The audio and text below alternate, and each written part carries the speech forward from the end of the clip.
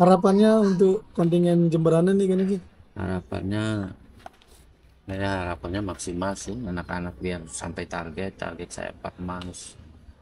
Untuk medali di bawah dari emas itu kan lihat nanti, tapi saya target maksimal, saya target itu harus 4 emas.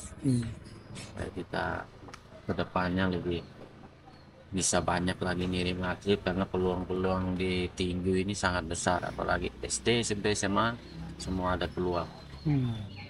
Anak si Jembrana itu semua punya potensi. Iya. Dengan dukungan orang tua, dengan keluarga, saya yakin mereka bisa. Dengan dukungan pemerintah daerah juga, terima kasih banyak. Saya sudah dikasih tempat di Gor Kresna Japara ini. Mudah-mudahan untuk masalah peralatan nanti semakin ke depan kan semakin dilengkapi. Intinya itu kan kita nunjukin prestasi dulu. Kita ada kan gampang, mau minta ini minta itu kan pasti. Sekarang mereka masih coba kita dulu. Saya bisa berharapan lah kita bagaimana ke depannya. Intinya saya terima kasih banyak nih sudah ada tempat. Segini pun udah lumayan bagus, tinggal kita jaga kebersihan. Biasanya kan kita di tower itu ya kita latihan gitu. Untuk gini Ki, untuk teman-teman yang ingin bergabung tuh bagaimana tuh? Anak-anak yang ingin bergabung kadang-kadang kan agak malu tuh Ki. Iya. Anak-anak yang mau bergabung, saya untuk sementara kan tarif ini bukan berarti saya ini ya untuk mengikat mereka aja, supaya enggak dipakai mainan latihan tinju ini. Nah, jadinya ada uang pendaftarannya, ada iuran bulanannya, meskipun mereka atlet atau tidak, tapi itu ada yang untuk tanggung jawab mereka terhadap latihan. Iya betul. Biar tidak baru latihan berhenti, biar dia ada tanggungan. Saya sudah bayar iuran, biar jadinya kayak bertahan, sudah tanggung jawab dengan iurannya dia. Nah, ini Ki lagi perbedaan tinju sekarang sama tinju dulu gimana Ki? Zamannya kamu, zaman sekarang gimana? Tinju zaman saya itu ya namanya teknologi ya beda dulu beda sekarang. Kalau sekarang dulu itu kita memang benar-benar sungguh-sungguh, memang benar-benar kita mendalami, benar-benar kita berlatihnya juga benar-benar keras. Kalau sekarang ini kan teknologi, jadinya tinju itu apa ya, orang bisa bertinju sedikit aja dia udah bisa lebih cepat sama. Mungkin dia karena lihat sekarang tutorial di YouTube itu ya. Karena sebenarnya juga di YouTube kan juga belum tidak sebagus, juga harus memang ada pelatihnya. Nah kadang kan kita harus ada pelatihnya gitu ya Ki ya. Kalau di tutorial kan belum tahu salah apa enggaknya Ki ya. Kegiatan kamu sehari-hari apa aja Ki? Kegiatan saya sehari-hari ya bina adik-adik atlet ini, pagi ada latihan pagi, terus ada sore, punya 1 buah member juga ya, kalau ada waktu saya latih mereka juga. Nah sekarang siapa tahu penonton nih biar tahu tips menjadi petinju yang baik menurut Kak Riki gimana? Seperti Kak Riki ya yang sudah berprestasi gini. Tipsnya itu intinya satu, disiplin latihan. Kalau mau jadi atlet tinju harus benar sungguh-sungguh. Nah, jangan nanggung-nanggung, karena tinju ini olahraga keras. Nah, boleh nanggung, kalau nanggung sakit-sakit sendiri, nanti rusak-rusak sendiri. Kayaknya menurut saya kalau tinju itu harus benar-benar dijalanin dengan penuh apa ya, penuh keinginan, benar-benar ingin mau jadi Atlet petinju ya, bagus, atlet ingin bagus jadi ya. atlet bagus, Atlet harus profesional ya. punya target maju. Saya bina adik ini kan Di tinju tuh lebih apa nih, bakat atau kerja keras gini gitu menurut kamu gitu? Ada pengaruh Ada bakat. bakat ada karena kerja keras juga ya. pengaruh bakat dan harus memang kerja keras itu kan harus latihan keras.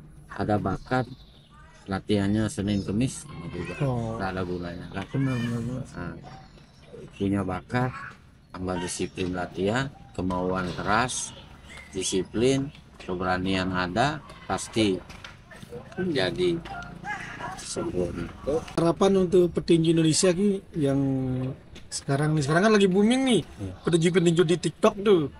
Nah, menurut kamu gimana tuh? Apa perlu atau tidak itu loh petinju yang sekarang tangan-tangan di TikTok itu? Menurut kau gimana? Menurut saya untuk semua petinju kayak petinju di TikTok itu kalau lebih bagus itu belajar dasar tinju yang baik dan benar dulu lah.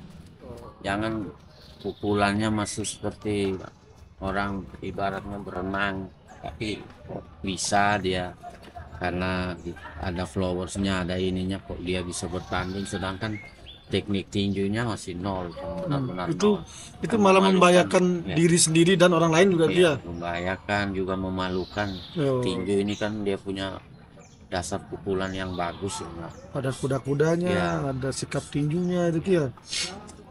Dan tidak asal pukul aja dia.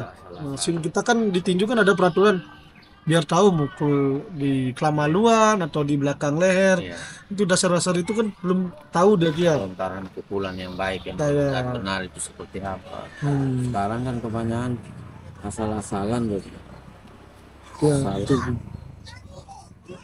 Yang terbelakang tuh atlet-atlet yang benar sungguh-sungguh tuh akan keterbelakangan sendiri, jadi yang malah yang nggak tahu dasar tinju apa-apa itu malah yang dikedepankan. Hanya karena dia mungkin punya followers banyak apa banyak, cuma latihannya sekedar aja, banyak petinju dadakan pokoknya sekarang. Ya lihat itu tantangan tuh dia. Ya, Ciba nih lawan apa? Gede-gede lagi. Ayo lawan aku gini tuh. Tantangan ejek-ejekan pertama lagi. Jadilah main. Ya tapi cocok lah. Sekarang di tinju nih namanya makin legit tinju nih ya. Olahraga yang lagi naik daun seperti kan ada ASS, ada Holy Wings, Beyond Combat ya. Di Bali juga ada apa namanya?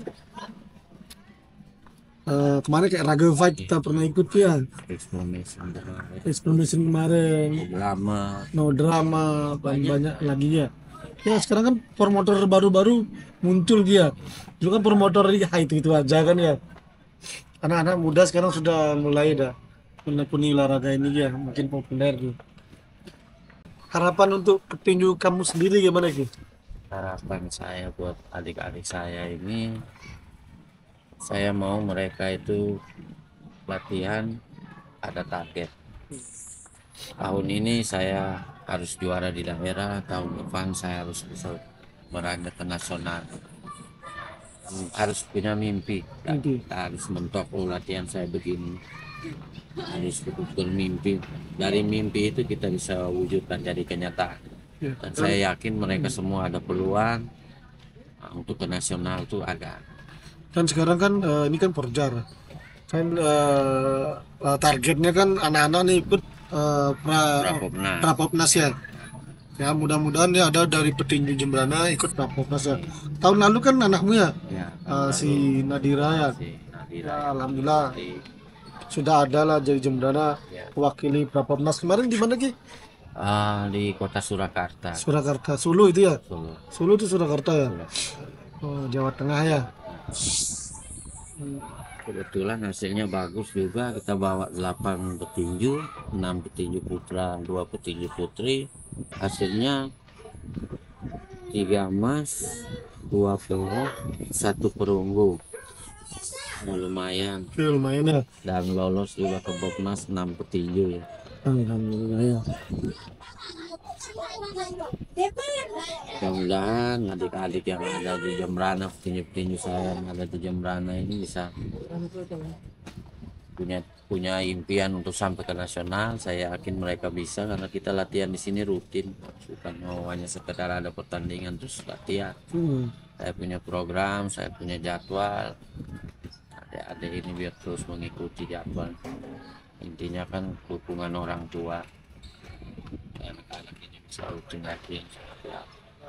Nah, sekarang kan tahun bulan berapa nih Pemprov Bali? Porprovnya kalau untuk porprov senior itu bulan September nanti.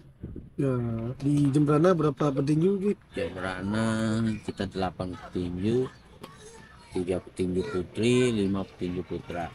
Hmm.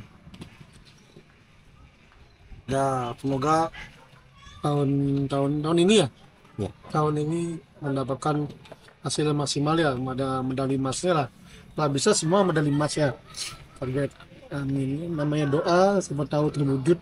Ya, yang penting ada aja medali emas lagi supaya tinju ini bisa jadi grade A ya.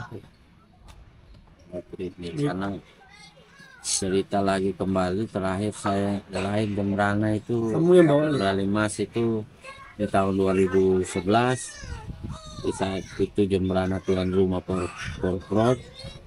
Saya sama Agus Wirana itu lah Di sana kan Dipli ya, Dipli medali emas juga, medali emas. sama-sama medali emas. Ya.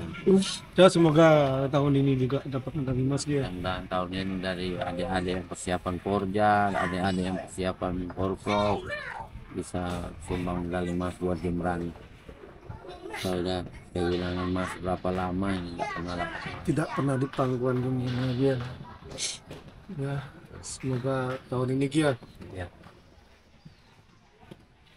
Ini berapa sekarang punya istri ini? Waduh. Nah, berapa punya cewek, punya pacar belum? Hmm? Cewek pacar belum? Pacar satu, istri satu. Oh,